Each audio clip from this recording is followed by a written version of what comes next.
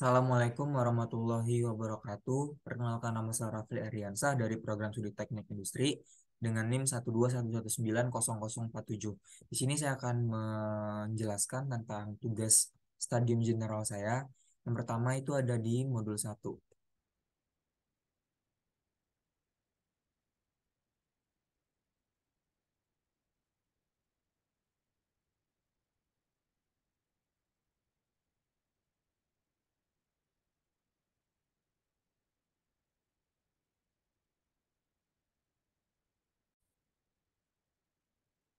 Baiklah, saya akan menjelaskan tentang presentasi kali ini. Eh,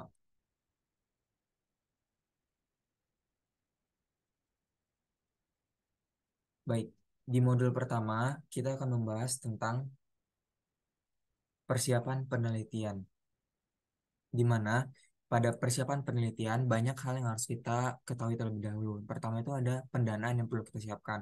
Kenapa? Karena sebelum memulai menulis, kita harus mengetahui dulu aliran pendanaan target yang akan kita buat itu seperti apa. Nah, di sini ada beberapa contoh dari aliran pendanaan target tersebut. Lalu kita juga harus punya bagan pencapaian. Di sini saya sudah membuat beberapa rangkuman tentang bagan pencapaian yang ingin dicapai. Itu caranya itu yang pertama, baca catatan panduan khusus untuk skema tersebut. Fungsinya untuk mengetahui panduan-panduan pasti ketika kita eh, mengerjakan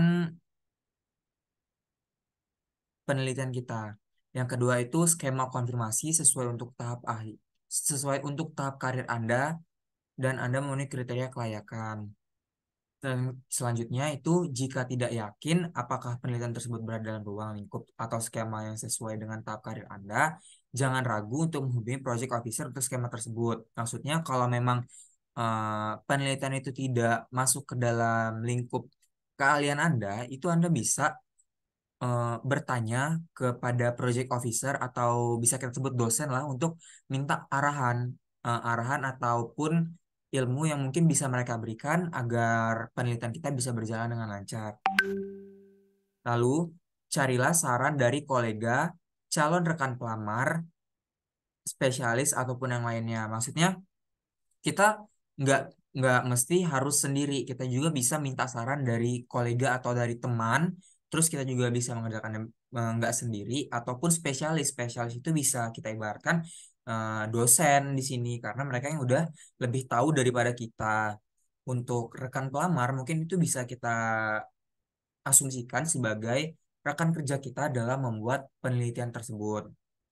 Lalu berikan waktu yang cukup. Kenapa? Karena waktu yang cukup itu menentukan eh, keberhasilan penelitian kita. Belajar dari pengalaman yang saya miliki bahwa ketika kita tidak punya waktu yang cukup dalam melakukan penelitian, itu akan menyebabkan penelitian kita itu sendiri kacau dan tidak sampai selesai, ataupun selesai namun tidak dengan hasil yang memuaskan. Lalu yang keenam, pahami proses penilaian dan tulis dengan mengingat hal ini. Kenapa kita harus memahami prosesnya? Karena ketika kita tidak mengetahui proses dari penilaian eh, maaf, kita ketika kita tidak mengetahui penilaian dari si penelitian itu sendiri, kita sendiri akan kebingungan sehingga lebih baik kita harus memahami dulu proses dari penilaian eh, penelitian tersebut. Yang ketujuh, kumpulkan tim yang kuat dan pilih kolaborator dengan hati-hati. Kenapa? Dalam bagian pencapaian yang paling penting itu mengumpulkan tim yang baik karena di sini kita akan bekerja sama. Ketika kita tidak bekerja sama dengan orang yang mungkin memberikan feedback kembali kepada kita, itu akan menyebabkan ketidakseimbangan dalam tim. Bisa saja di satu sisi ada satu orang yang hanya bekerja dan sisanya hanya numpang nama. Dan begitu pun sebaliknya. Kalau ada satu orang yang numpang nama itu sangat tidak menguntungkan. Sehingga kita harus mengumpulkan tim kita dengan hati-hati dan memilih kolaborator dengan sangat hati-hati. Lalu, hal apa saja yang perlu dipersiapkan ketika penelitian? Ada tiga hal penting yang perlu kita persiapkan ketika kita melakukan penelitian. Yang pertama, kita harus memiliki audien dan mengenali audien tersebut. Lalu, sebelum mengumpulkan penelitian, kita harus memiliki data-data. Dan yang terakhir itu persiapan wawancara. Yang pertama, mengenal audiens. Yang hal pertama yang kita lakukan untuk mengenal audiens itu tulis ringkasan yang mudah dimengerti untuk orang awam. Kenapa? Karena tujuan kita adalah untuk memberikan pengetahuan kepada orang awam. Ketika kita sendiri tidak bisa memberikan ringkasan yang mudah dimengerti, bagaimana orang awam itu dapat mengetahui apa yang kita jelaskan. Selanjutnya, jelaskan dengan baik konteks yang akan dibahas dengan mempertimbangkan pengulasan internasional atau nasional, misalnya memberikan angka untuk insiden atau prevalensi. Maksudnya di sini, kita memiliki panduan pasti tentang pengulasan baik itu internasional ataupun nasional. Kenapa? Karena agar penelitian kita tidak diragukan oleh orang lain sehingga orang lain bisa menerima dengan baik konteks yang akan kita bahas pada penelitian kali ini. Lalu, hindari singkatan, akronim, dan jargon. Kenapa kita perlu menghindari singkatan, akronim, dan jargon? Karena singkatan itu sendiri akan membuat audiens bingung. Kenapa bingung? Karena banyak dari audiens tidak mengenal istilah-istilah singkatan ataupun akronim yang terdapat dalam terdapat dalam penelitian kita. Selanjutnya, yang kedua, sebelum mengumpulkan penelitian, ada beberapa faktor yang harus kita ketahui. Yang pertama, mengedit, koreksi, dan pastikan semua bagian sudah lengkap. Fungsinya agar tidak ada kekurangan data ataupun kekurangan kekurangan sampel ketika kita melakukan penelitian. Lalu, mintalah rekan pelamar untuk meninjau aplikasi dan memastikan bahwa masukan mereka tercakup dengan tepat. Karena kita rekan pelamarnya itu kita minta tolongnya untuk meninjau kembali aplikasi dan memastikan bahwa masukan mereka itu tercakup dengan tepat. Lalu pastikan untuk mengirimkan versi bersih. Maksudnya versi bersih di sini bagaimana? Ketika kita membuat sebuah penelitian, di situ kita akan membuat beberapa versi sebelum pada akhirnya kita akan memiliki versi final dari penelitian kita. Seperti penelitian pada umumnya, kita akan memiliki revisi, revisi, dan revisi. Nah, pastikan kita untuk mengirimkan dalam versi bersih. Kenapa? Karena versi bersih yang akan mudah dipahami oleh orang awam sehingga nantinya tidak akan ada kekeliruan ataupun kesalahpahaman dari pihak luar tentang penelitian yang sedang kita lakukan.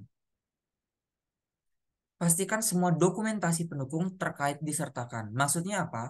Ketika kita melakukan sebuah penelitian, pastinya kita akan melakukan sesi dokumentasi maupun review jurnal untuk kita masukkan ke dalam penelitian kita. Nah, di situ kita harus memastikan kembali bahwa dokumen pendukung tersebut sudah kita masukkan atau sudah kita sertakan ke dalam penelitian kita.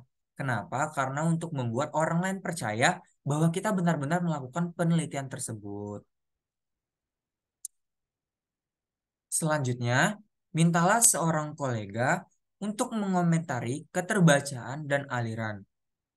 Maksud dari pernyataan tersebut, mintalah seorang kolega untuk mengomentari, maksudnya review kembali tentang penelitian yang kita lakukan, takutnya ada kesalahan yang kita perbuat ataupun hal-hal yang tidak kita inginkan.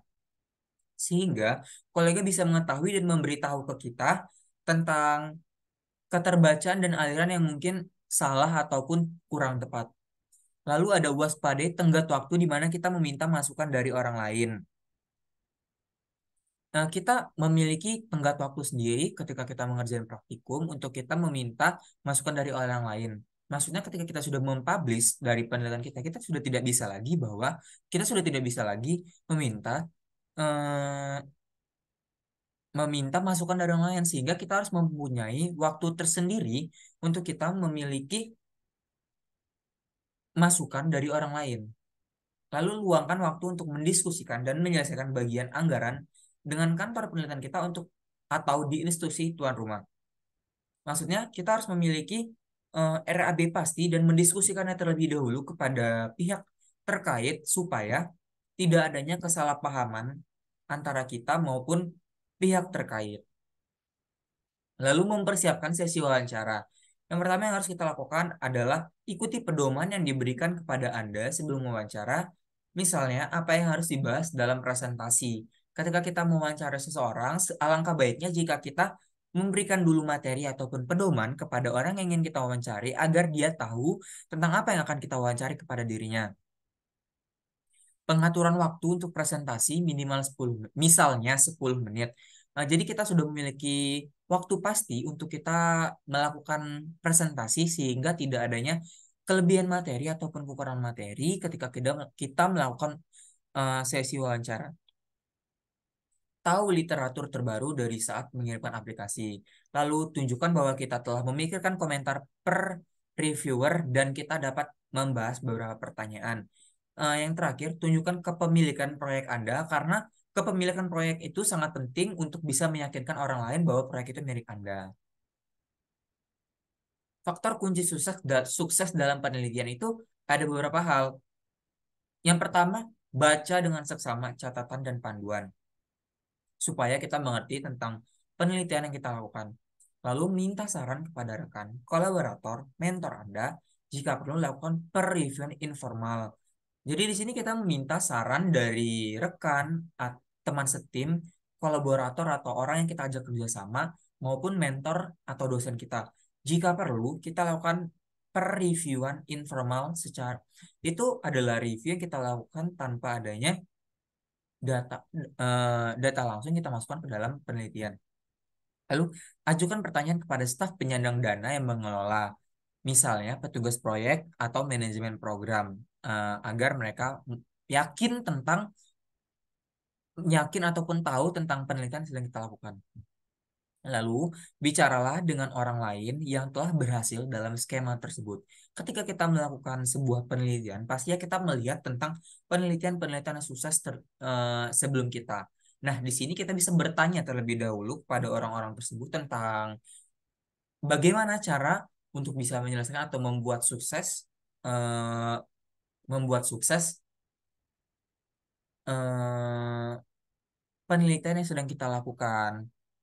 Lalu persiapkan wawancara dengan baik, minta rekan kerja untuk membantu dengan wawancara pura-pura. Maksudnya kita melakukan gladi resik wawancara supaya kita adanya persiapan untuk kita melakukan wawancara dengan orang yang sebenarnya. Lalu tulis aplikasi dengan mempertimbangkan pengulas Anda. Maksudnya kita tulis kembali dengan mempertimbangkan nilai pengulasan-pengulasan yang sudah kita lakukan. Baiklah, selanjutnya itu baik, mungkin dari modul satu hanya itu yang dapat saya jelaskan. Lebih dan kurangnya saya mohon maaf. Saya akhiri. Wassalamualaikum warahmatullahi wabarakatuh.